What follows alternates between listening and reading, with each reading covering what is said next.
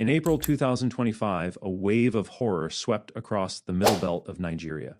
What began as a quiet season of farming preparations ended in mass burials, scorched homes, and an outcry for justice. In the heart of Benue State, particularly in the rural farming communities of Ukum and Logo local government areas, life changed in a single night.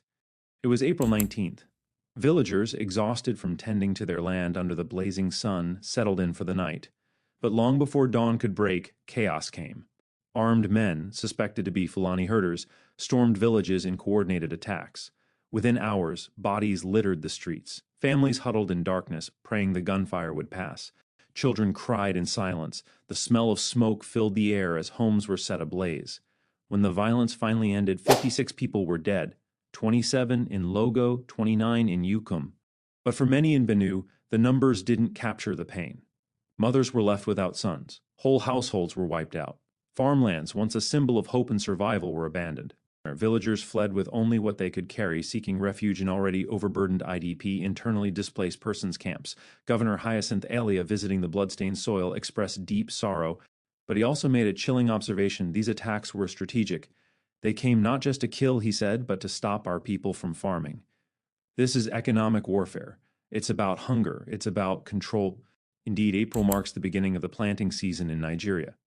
For attackers to strike at that precise moment suggested more than random violence. It suggested intent.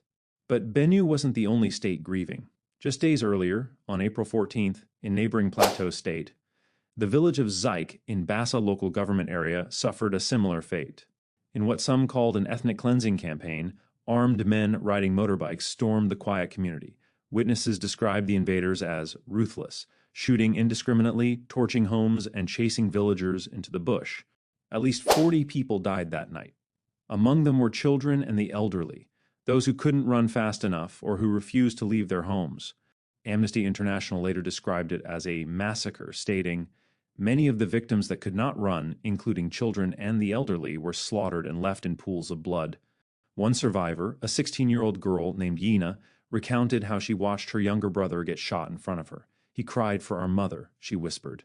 But they shot him again before she could reach him. The violence in Plateau has become tragically routine. Between December 2023 and February 2024, over 1,300 people were reportedly killed in the state. Most of them civilians caught in the endless battle between herders and farmers, Muslims and Christians, tradition and modernity. So what is driving this bloodshed? The core issue lies in land. Land that is shrinking due to climate change, overpopulation, and political failure. For generations, nomadic Fulani herders have moved cattle across Nigeria, searching for pasture. But as the Sahara slowly expands southward and fertile land becomes scarce, those pastoral paths now lead into farmlands. Tensions grow when crops are trampled, or when grazing land is fenced off. What were once simple disputes have now exploded into full-scale militarized conflicts. Communities are forming militias, young men are taking up arms, and extremist groups are exploiting the chaos to expand their influence. But violence doesn't happen in a vacuum. Many accuse the Nigerian government of failing to act.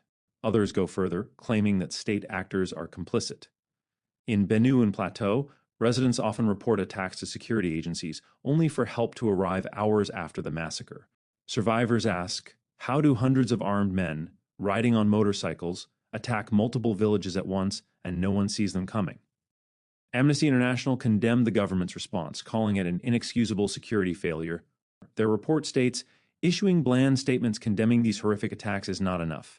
The government must protect its people, investigate these crimes, and bring the killers to justice. President Bola Tinubu, facing mounting pressure, ordered an investigation. But for the people of Benue and Plateau, words are not enough. They want action. They want justice. They want peace. But they also want a farm, to live, to raise families without fear. Today, across IDP camps in Nigeria's Middle Belt, over 2.2 million people live in limbo. They survive on food rations, sleep in overcrowded shelters, and pray for a day when they can return home. Their stories rarely make international headlines.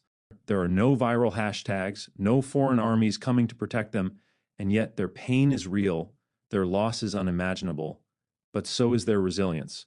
In one camp near Zaki Biam, a group of displaced women started a small garden. With the little land they had, they grew cassava and tomatoes, not just to eat, but to feel alive again. Farming is who we are, one woman said. Even if we have to do it with tears in our eyes, we won't stop. The crisis in Benue and Plateau is not just about Nigeria. It is about humanity, about the fragility of peace, about what happens when leaders fail and ordinary people pay the price. It's also a warning, because where land, identity, and survival collide, violence follows. And unless something changes, unless justice is served, unless peace is pursued, unless people are protected, the bloodshed will continue. But for now, we remember the 56 in Benue, the 40 in Plateau, the thousands before them, and we ask, how many more?